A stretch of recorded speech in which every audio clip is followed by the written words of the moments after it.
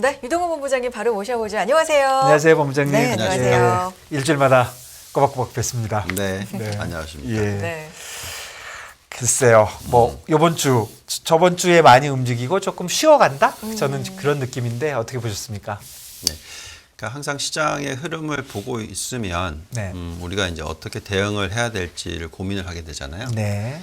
예를 들면 이제 올해 6월 달에 이제 바닥을 찍고 이제 올라가기 시작했었을 때 저희가 생각했었던 거는 그래도 좀 몇 달은 반등을 잘 해주겠구나 하는 느낌이 있거든요. 네. 그건 왜 그러냐면은 이제 저희가 들고 있는 종목에 대해서 시장의 어떤 리액션이 어떻게 나오느냐에 따라서 네. 시장이 그냥 마냥 하락하는 장인지 네. 아니면 그래도 좀 반등을 해줄 수 있는 장인지 네. 이런 느낌을 받게 되고요. 그리고 나서 이제 그때 8월 초순 중순에 이제 빠지면서 네. 흐름이 좀 안 좋아질 것 같다라는 또 그런 것들이 나오기 때문에 우리가 W자 이렇게 빠지는 W자를 얘기를 하면서 이 W자 이렇게 두 번째 바닥이 네. 좀 높을 건가 낮을 건가 이거에 대한 판단을 했었을 때 저희가 처음에는 좀 더 높을 거다라고 생각을 했었으나 오늘도 좀 얘기 나오고 있지만 여전히 그 매파적인 발언과 고점 금리가 우리가 그때만 하더라도 한 3.75에서 4%면 이제 거의 끝일 거다라고 정도로 생각을 계산을 했었으나 뭐 오늘 또 얘기하신 거 보니까 7% 얘기 나왔다고 하니까 저는 그거는 또 몰랐습니다. 네네. 그러니까 그런 식으로 올라가기 때문에 또 저희가 또 계산해 드렸잖아요. 1% 금리를 더 높이면 S&P 기준으로서 한 11% 정도의 가치가 사라지고 나스닥 기준으로서는 한 12.5%가 사라진다. 네. 예, 그래서 4%가 아니라 뭐 7%다. 그러면 3%포인트가 더면 뭐 계산해 보시면 30몇 프로가 더 이렇게 되는 거죠. 그래서 이제 그걸 듣고 있으면은 큰일 난 거 아니냐. 그러니까요. 이렇게 걱정을 하실 텐데 저는 어제 그 시장의 흐름과 저희가 계속 한 달째 얘기해 드린 게 있거든요. 저희가 지금 거의 뭐 계속 뭐 종목을 잘 고르자의 어떤 뭐 전도사처럼 계속 종목 얘기를 하고 있어요. 네. 근데 어제 보시면은 뭐 제가 들고 있는 종목들은 예를 들어서 10개가 있으면 그 중에 7개 상승. 예, 3개만 빠지고 이런 정도의 흐름이 나와요. 그러니까 무슨 얘기냐면은 여전히 시장은 어떻게 보면 이제 이런 상황에서 우리가 흔히 얘기하면 살아있다라고 얘기를 하는 거죠. 그러니까 마냥 어떤 뭐 경기 침체, 뭐 앞으로 정말 큰일 났기 때문에 우리 투자 못해, 어떻게 해서든지 보수적인 포트폴리오 구성, 현금 많이 들고 있어야 돼. 이런 흐름은 아니 느낌이 나와요. 그래서 뭐 지금 계속 저희가 들어보면 매크로에 대한 방송은 많이 하고 있잖아요. 그렇죠. 그래서 오늘은 계속 말씀을 드립니다만 저희 타이틀도 여기 나와 있지만 종목 선별 성과를 즐기자. 예. 그래서 지금은 전에도 어떤 식으로 들여다봐야 될지를 말씀을 드렸고 좀 이번에는 조금 더 구체적으로 종목에 대해서 좀 얘기를 좀 할 수 있으면 좋겠습니다. 네. 네, 우선은 어쨌든 그 인플레이션 부분에 있어서 뭐 다 아시는 내용이니까 지금 7.7% 떨어졌다라는 부분. 그다음에 이제 아까 우리 처음에 얘기하면서 이제 그 지금 왜 우리가 주식 시장에서 나가 있으면 안 되고 좀 이렇게 딱 붙어 있어야 되는지 종목을 선별해 내야 되는지 이런 게 왜 중요하냐면 여기 보시면은 어쨌든 S&P 500은 한국 시장하고 좀 틀려요. 그러니까 한국 시장은 제가 방송을 제 기억으로는 한국에 제가 다시 들어왔던 게 2013년 말에 들어와서 방송을 다 하기 시작한 게 2014년도 말 정도 되는 것 같아요. 그러니까 벌써 뭐 8년이 넘었습니다. 어쨌든 계속 말씀을 드렸던 내용이 뭐였냐면 한국 시장은 예를 들어서 10년을 투자를 한다고 하면 한 2년 투자하고 나머지 8년은 트레이딩 개념으로 봐야 되는 거고 미국은 8년 정도를 투자를 하고 한 2년 정도를 트레이딩 개념으로 봐야 된다. 즉 샀다 팔았다를 할 필요가 거의 없다라는 얘기를 해드렸어요. 그 이유가 뭐냐면 여기에 나와 있듯이 지금 S&P 500 인덱스가 지난 30년을 놓고 봤었을 때 평균 수익률이 10%가 넘어요. 복리입니다. 그러면 그냥 예금 보통 우리가 옛날에 뭐 몇십 년 전에 예금 금리 8%, 10%일 때는 아무 생각 안 하고 그냥 예금만 하잖아요. 꾸준히 돈을 벌어서 네. 그건 굉장히 높은 이자율이고 그걸 가지고 얼마든지 집을 10년 뒤, 20년 뒤에 살 수가 있는 게 케이스가 되는 거잖아요. 그래서 어떤 상품이든 간에 연수익률 8% 이상, 뭐 10% 이상 이거를 올릴 수 있는 상품이라면 다들 많은 에너지가 들어가게 되고 투자를 많이 하게 돼요. 그래서 글로벌 자산 배분이 핫했던 거죠. 과거 거의 한 10년 넘게 네. 이 전에도 보여드렸던 차트 있던 기억나시는지 모르겠습니다만 평균 수익률을 쫙 그어보면 8, 9%가 나와요. 네. 자산 배분이. 근데 올해 완전히 깨져버린 거죠. 그래서 이건 어떻게 해야 되냐 헷갈리는 거고요. 그래서 지금 마찬가지로 S&P 500도 올해 연초 대비해서 27.5%나 빠졌으니 매년 10%의 수익이 나던 게 마이너스 27.5%란 말이죠.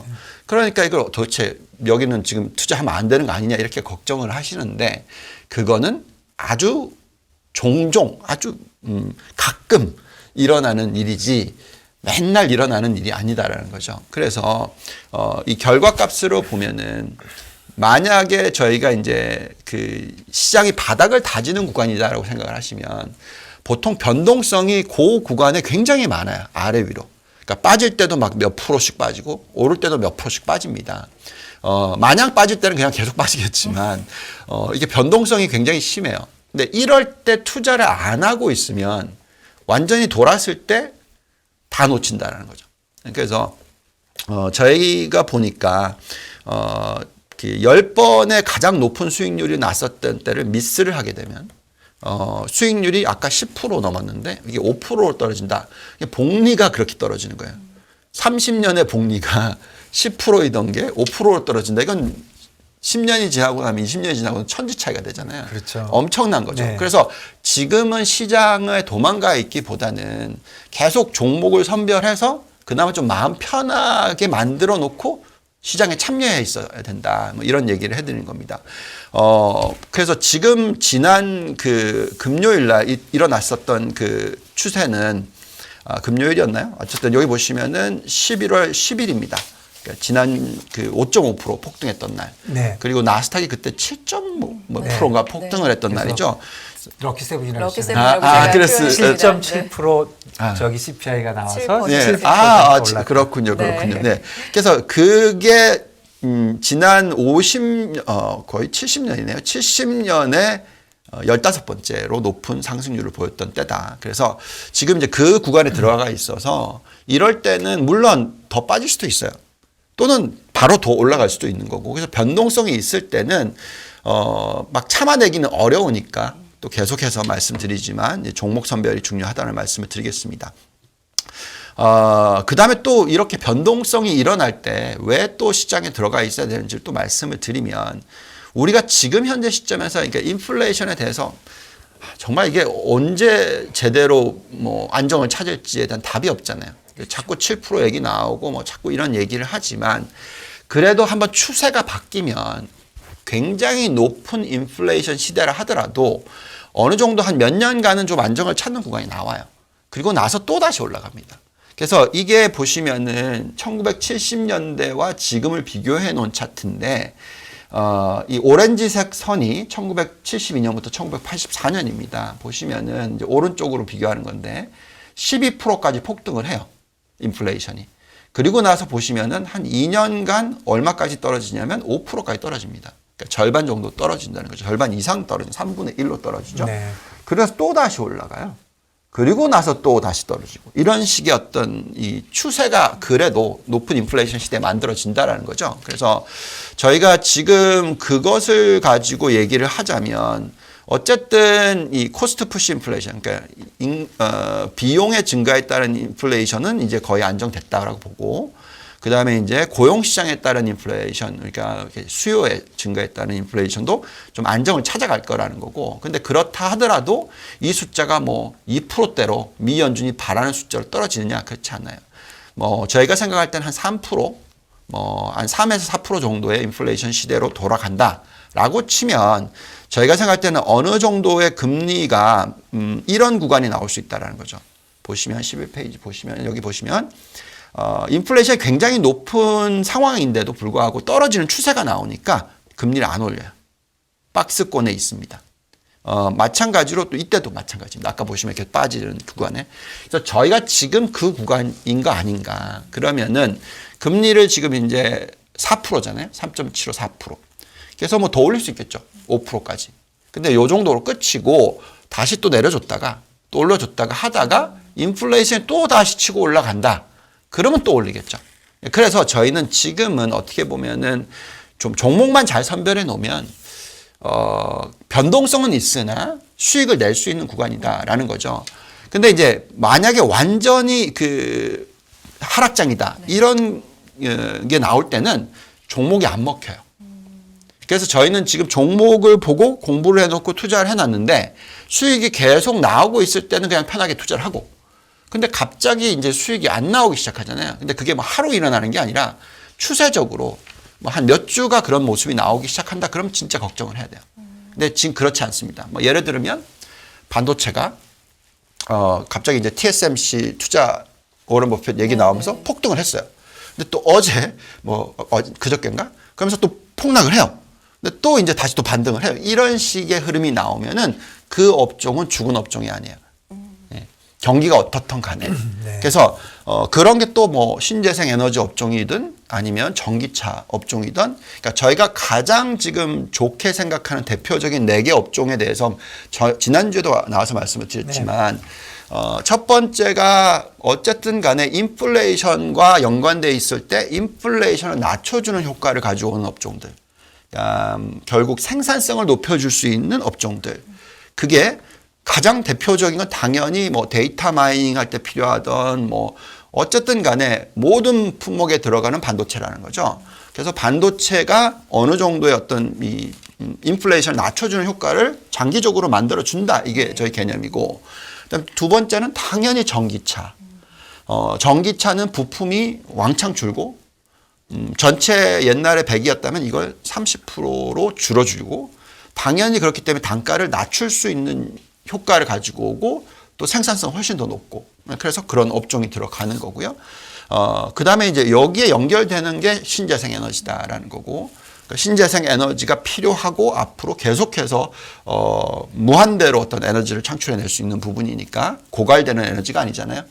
태양광이든 풍력이든 간에 그래서 그렇게 지금 또 포커스가 맞춰지고 이제 네 번째로는 당연히 이제 바이오 산업이다라고 얘기를 해드리고 있어요. 그래서 어쨌든 자꾸 이제 옆으로 좀 사이드로 가고 있는데 자꾸 제가 연결시켜 드리는 이유가 뭐냐면 이런 숫자들을 보고 있을 때 이렇게 시장은 변동성, 그러니까 흔히 말하니까 한마디로 얘기하면 약간 좀 미친 거죠, 솔직히. 이거 보고 있으면 투자 못 하죠. 네.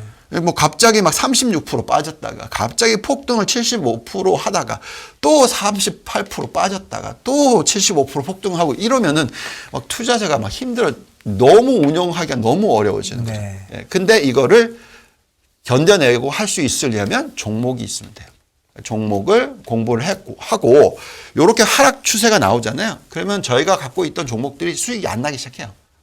그러면 이제 빨리 좀 털어놓고 좀 기다리고 아니면 이제 수익이 계속 나요. 그러면 이제 추세의 상승 구간에 있다라고 생각하시고 들고 가고 그러니까 이런 식으로 좀 대응을 할 수밖에 없는 시기다. 아까 말씀드렸듯이 10년, 20년, 30년 구간에 10%만 쭉 나오는 구간이다. 그럼 참 마음 편하겠죠. 근데 그게 아니라 변동성이 자꾸 들어오는 구간이기 때문에 이럴 때일수록 계속 관심을 가지셔야 된다라고 말씀을 드리겠습니다. 저희가 시간이 그래도 좀 있죠. 네. 자, 그다음에 이제 더 또 왜 골치가 아프냐면 이 장난금융차가 역전이 좀 심하게 됐어요 이제. 네. 그러면 이제 이게 경기 침체가 언젠가 온다라는 케이스가 돼버린 거잖아요. 근데 이제 문제는 경기 침체가 온다 하기 바로 전에 시장이 많이 올라요. 그러니까 또 헷갈리는 거죠. 네. 예. 보시면은 이게 장대금차가 역전이 됐는데 과거 역사상 이 마지막 남은 16개월이 상당히 많이 오른단 말이죠. 얼마나 오르냐면 이렇게 올라요. 뭐 30%씩 오르고 뭐 나스닥으로 계산하면 평균치는 한 거의 90%가 나옵니다. 근데 요거 285와 18을 빼버리면 한 40%는 나오는 거잖아요. 그럼 이제 이게 40% 오르는 시장에서 주식을 또 안 들고 있으면 정말 어렵잖아요. 또 뭐 금리는 더 올라갈 거라고 얘기하니까 채권 수익률은 안 나올 거고 그죠. 그래서 결국은 이럴 때는 다시 말씀드리면 또 다시 오늘 계속 얘기하고 있지만 이제 종목 선별을 하셔야 된다라고 말씀을 드릴게요. 자, 그럼 이제 종목 선별 쪽으로 좀 가보겠습니다. 그러니까 자, 실적을 가지고 좀 얘기를 해볼게요. 네. 자, 우리가 이제 어쨌든 종목을 선별을 하려면 그 종목의 흐름이라든지 그 산업의 어떤 변화라든지 이런 부분들을 계속 지금 파야 돼요. 네. 지난 한 달 동안에 이제 저희도 우리 그 본부에 구조조정하고 나서 정말 흔히 그냥 엄청난 시간을 할애해서 지금 업종들 하나하나마다 다 분석을 하고 있고 네. 그 안에서 종목을 또 선별해내는 작업을 자꾸 하고 있어요. 근데 이제 큰 맥락상으로 보시면은 왜 그렇게 할 수밖에 없냐면 여기에 보시면 2022년 전체 순이익 증가율과 매출 증가율이 이제 거의 끝났잖아요. 그럼 이게 거의 이 정도 숫자일 거라고 생각하시면 되잖아요. 근데 딱 1년 전에 요 숫자가 어땠었냐면 얼마라고 예측을 했었냐면요. 순이익 증가율 9%. 반면 매출 증가율은 7%. 이렇게 예측을 했어요. 네. 뭐가 틀렸죠? 매출이 너무 낮게 받고 네네. 그리고 순이익은 너무 높게 받죠. 그렇죠. 자, 무슨 얘기입니까? 경기가 그래도 좀 둔화되는데 너무 많이 둔화된다고 얘기를 하면서 마진은 올라갈 거라고 얘기한 거예요. 이건 애널리스트들이 일을 제대로 안 한 거죠. 그걸 봐야 되는 거죠. 네. 그래서 똑같은 현상으로서 지금 2023년을 보자라는 거죠. 네. 2023년에는 갑자기 매출 증가율이 뚝 떨어져요. 10%대에서 3% 떨어진다. 이건 뭔지 아세요? 하드랜딩입니다. 그렇죠. 예. 네. 왜냐 보통 그 소프트 랜딩, 그러니까 연착륙, 경착륙의 차이가 뭐냐면은 성장률이 절반 이하로 떨어지는 것을 저희는 그런 식으로 봐요. 근데 10.4%가 3.3%로 떨어진다? 이거는 엄청나게 경기가 안 좋아질 거라고 예측을 하는 거란 말이죠. 근데 왜 마진은 올라가냐 이거죠. 5% 성장률이 6% 성장률로 올라간다. 잘못됐다는 거죠. 자, 그럼 여기서 또 다시 한번 우리는 인사이트를 얻을 수가 있어요. 뭐냐? 너무 매출을 낮게 봤다. 또 다시. 제가 생각할 때 내년에 경기가 둔화는 되지만 큰 폭의 어떤 리세션으로 넘어갈 것 같아 보이지는 않는다. 어느 정도 성장률이 예를 들어서 10%대에서 한 5%대? 절반보다 조금 못한 정도? 네. 이 정도. 근데 반면에 그렇게 또 떨어지니까 순이익 증가율은 오히려 안 늘어난다. 또는 마이너스 성장률이 나온다. 즉 마진이 축소가 될 거다. 이렇게 집어넣어야 된다는 거죠. 자, 그러면 그렇기 때문에 시장을 마냥 막 질러 이것도 어렵고 그렇기 때문에 이익이 예상보다 더 높게 나오는 종목이 뭐냐? 이게 중요하다는 거죠. 여기 밑에 보시면 지난주에도 말씀을 드렸지만 70%는 예측했던 것보다 더 좋은 이익을 발표를 하고 있다. 네. 예측보다 더 좋은 매출 발표하고 있다. 그래서 요 70%를 골라내면 주가의 흐름은 3개월, 6개월 뒤가 훨씬 더 낫더라라는 저희 통계값이 나와요. 그래서 계속 말씀을 드립니다만 비트를 하는, 그러니까 실적에 대해서 예상보다 좋게 나오는 그거를 뽑아내야 된다는 거고요. 그 예를 보시면은 요런 값이 나와요. 여기 지금 나와 있는데 3Q의 실적을 예상치보다 더 좋게 발표를 했고 서프라이즈를 보여주는 업종이 뭐냐? 보시면 1등이 에너지예요. 근데 여기서 저희가 어떻게 또 이 에너지를 또 파야 되냐면 아까도 말씀드렸습니다만 고유 에너지를 살 거냐 신재생 에너지를 살 거냐예요. 근데 저희는 정답은 신재생 에너지다라는 거고요. 그래서 에너지, 헬스케어 나오죠. 바이오. 그 다음에 컨슈머 스테이플라고 나오는데 컨슈머 스테이플이나 컨슈머 이쪽은 소비재잖아요. 네. 근데 소비재 안에 전기차가 들어가요. 그래서 그 안에서도 생각을 해봐야 되는 거고. 그 다음에 이제 또 IT가 올라오죠. 그게 반도체도 들어가는 거죠. 그 다음에 이제 밑에 보시면은 이제 리얼 스테이트이 나와요. 살짝 플러스. 리얼 스테이트 저희는 이제 부동산 업종 관련, 그러니까 건설 관련된 업종을 저희가 보고 있습니다. 네. 근데 그 비중이 아주 높을 필요는 없지만 그래서 서프라이즈다. 그래서 요렇게 지금 저희가 이제 만들어 놓고 저희가 지금 투자를 하고 있어요. 네. 근데 이제 저희가 제가 이제 여기서 좀 더 디테일하게 종목을 말씀을 드리고 싶은데 제가 말씀은 못 드리겠고 그냥 테이블로 올리면서 얘기를 해 드릴게요. 왜냐하면 저희가 들고 있는 종목들이 좀 많아요. 그래서 그러니까 저희가 이제 이런 시도를 하는 거죠. 그러니까 대형 기술주를 투자를 한다. 네. 그럼 이제 대형 기술주 중에서 도대체 뭘 투자를 해야 될까? 네. 라고 이제 저희가 골라내는 작업을 한다고 칩시다. 네. 그럼 이제 지지난주에 와서 제가 말씀드렸던 것 같아요. 우리가 PBR이 높아지려면 또는 PER이 높아지려면 금리가 계속 올라가면 안 된다고 얘기했죠. 근데 금리가 계속 지금 올라가고 있으니 그 영향은 엄청나게 많이 영향을 미쳤다. 근데 대신에 이제는 뭐 4%에 꼭지던 5%에 꼭지던 이게 그렇게 큰 비중이 아니니까 여기는 신경 쓰지 말자. 그러면 PBR에 영향을 미치는 게 뭐였냐? ROE와 성장률이다라고 네. 계속 말씀을 네. 드렸죠. 그럼 이제 ROE가 높아지는 기업이 네. 투자를 해야 되고 또 성장률이 계속 높게 유지가 되는 종목에 투자를 해야 된다는 거죠. 그래서 여기 보시면은 이제 쭉 종목들이 있으면 위로 올라오는 종목일수록 ROE가 높아요. 그리고 또 성장률이 높습니다. 그래서 그렇게 골라내시라고 대형주에 있어서는 그렇게 말씀을 드리겠고요. 뭐 제가 무슨 종목이라고 얘기를 할 수는 없고요. 제가 여기 있는 종목들 중에서 제법 들고 있는 것들이 있어서 말씀을 네. 못 드리겠고, 그 다음에 이제 마찬가지로 이제 ETF로 보자는 거죠. 네. 그러니까 업종으로 보자. 종목으로 들어가지 말고 마찬가지입니다. 마찬가지로 여기 쭉 보시면은 여기 있는 그 ETF 코드를 보시면은요. 한번 쳐보시면 이제 업종들이 올라와요. 근데 제가 좀 말씀을 드려보면 어떤 업종들이 올라오냐고 말씀을 드리면 전기차 부품, 그 다음에 태양광, 신재생에너지, 네. 전자결제, 그 다음에 아까 주택건설, 반도체, 그 다음에 신재생에너지, 그 다음에 이제 IT 중에서 이노베이티브, 그러니까 뭐 혁신 기술, 그 다음에 이제 또 반도체, 뭐 이런 식으로 올라옵니다. 또 계속 또 말씀을 드리지만 그런 업종들이 ROE도 높고 성장률도 높고 ROE가 올라가는 추세고 성장률도 높고 이렇다고 말씀을 드릴게요. 자, 그 다음에 이제 아까 계속 말씀을 드렸습니다만 이제 업종들 4개를 얘기해 드렸잖아요. 네, 여기서 이제 하나는 뺄게요. 바이오는 뺍니다. 왜 네. 바이오를 빼냐면 네. 바이오는 종목을 골라낼 수 있는 확률이 낮아요. 그렇죠. 어떠한 업종보다도 낮습니다.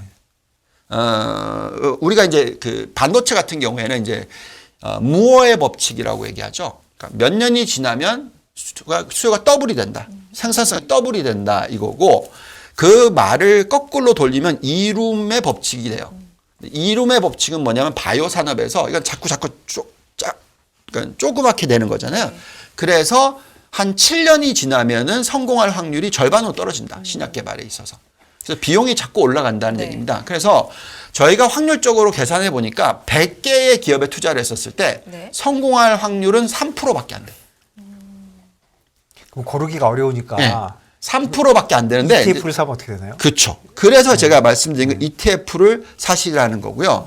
ETF로 보면은 뭐 대표적인 ETF들이 있습니다. 뭐 FBT, 뭐 XLV, 뭐 헬스케어 뭐 이런 쪽이 있어요. 근데 여기에는 또 잘 안 올라와요 지금. 왜냐하면 좀 상승률이 그렇게 많이 높진 않아요. 또 한 40% 30%대입니다.